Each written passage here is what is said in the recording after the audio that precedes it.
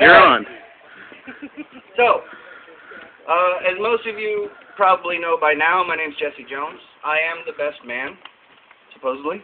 You are, yes. I was the best man. I would probably be the one getting married. I don't know if supposedly this schmuck is tonight. Those who don't know me, I was Shane's very first roommate. So, through many sessions of trial and error, mostly error, we learned through trial and error many wonderful things about the world around us. Like, for instance, if you tie a G.I. Joe to an egg and wrap it in a trash bag and chuck it off a roof, it won't break when it hits the ground. But if you take that same trash bag and at the same point on the roof, it will not slow the plummet of a 6-year-old little boy one iota. My bad. We tested through many planned hypotheses, good plans. I will have to admit, though, some of them were a bit more spontaneous. Like, did you know that it only takes 4.5 pumps of a BB gun to lodge a piece of grass in my leg a half-inch deep? Throwing that out there. Not a lot of people know that. Okay, so I picked our... Shut up. You're not allowed to talk right now. I know it's hard.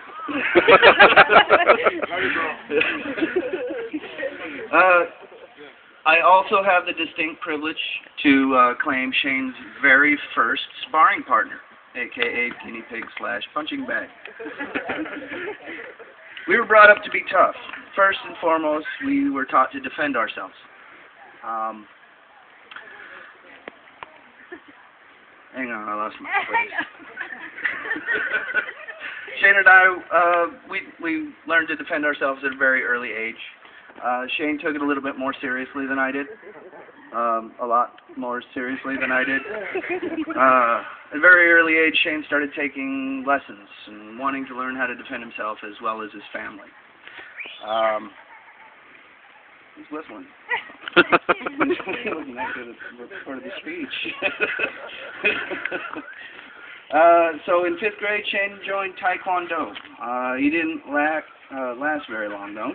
I think he would have probably gone a lot further had he not racked a discipline. But from Taekwondo to Hapkido and karate, that our dad taught us, 2nd degree and brown or something belt. Anyway, he's a professional kicker in the facer. We had plenty more discoveries. Like, did you know that there are 65 ways to tie a 6-year-old in a pretzel? I thought that was pretty impressive, considering there's only 64 positions in the Kama Sutra. So, and you were the pretzel. Moving forward a number of years now, Shane is a young man. Back in those days, Shane was not this calm, collected, complacent gentleman you see before you today. No. He was a bit more brash, a little overzealous in some of his actions back then, a.k.a. young and dumb. Our father, he was a king of his domain. We were merely princes, princes of the kingdom. Or better yet, some badass dukes. That's the way I prefer it. As many kings, our dad usually left the badass dukes to their own devices, until an uprising occurred and threatened the serenity of his land. This is a nice way of putting it. Then the tyrant belt tightened, and we would have to. He would dig through his sacred trunk of magic and find the magical iron fist, which he ruled by from time to time. This method was a throwback to times before times. Worked very well, maintaining about 50% of his badass dukes. The older 50%, however, never responded well to authoritative figures. Who, me? Yeah.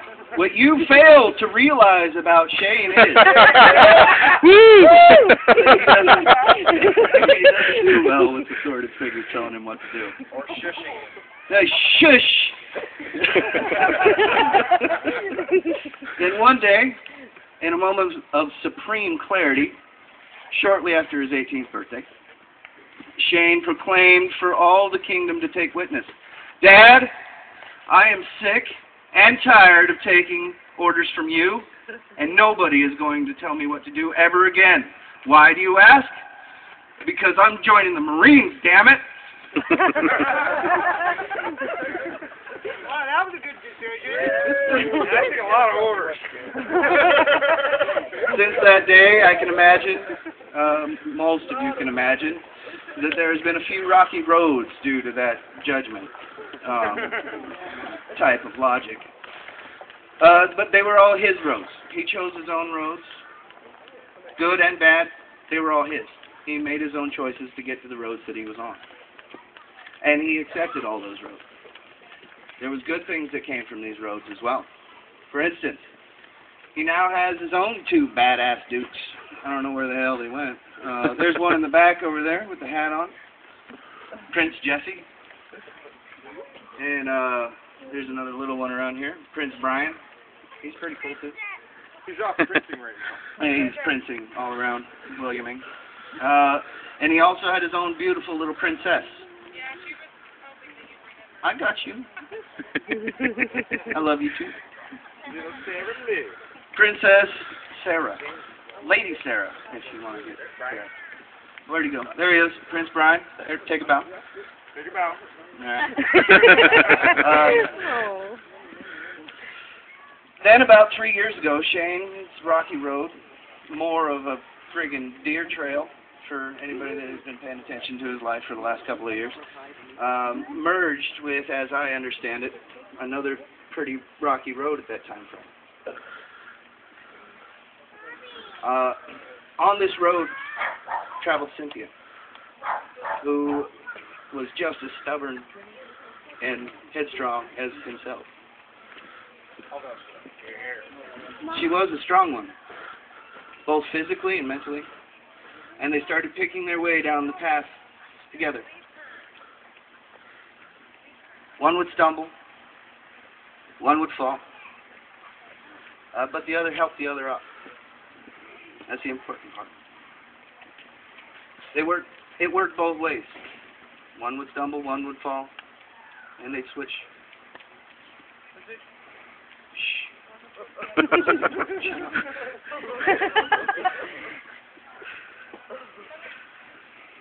When one was lame, the other one was there to lean on.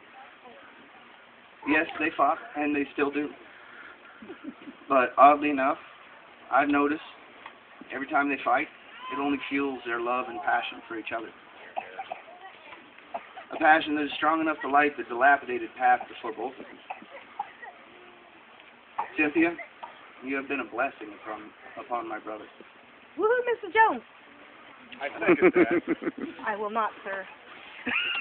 Have you noticed in the last 3 years your dilapidated path with goat's beards and nastiness turned to a paved road? I have. Cynthia, my brother means the world to me. You are very much so now part of the family. I thank you from the bottom of my heart for being there for him in times of need when I wasn't able to.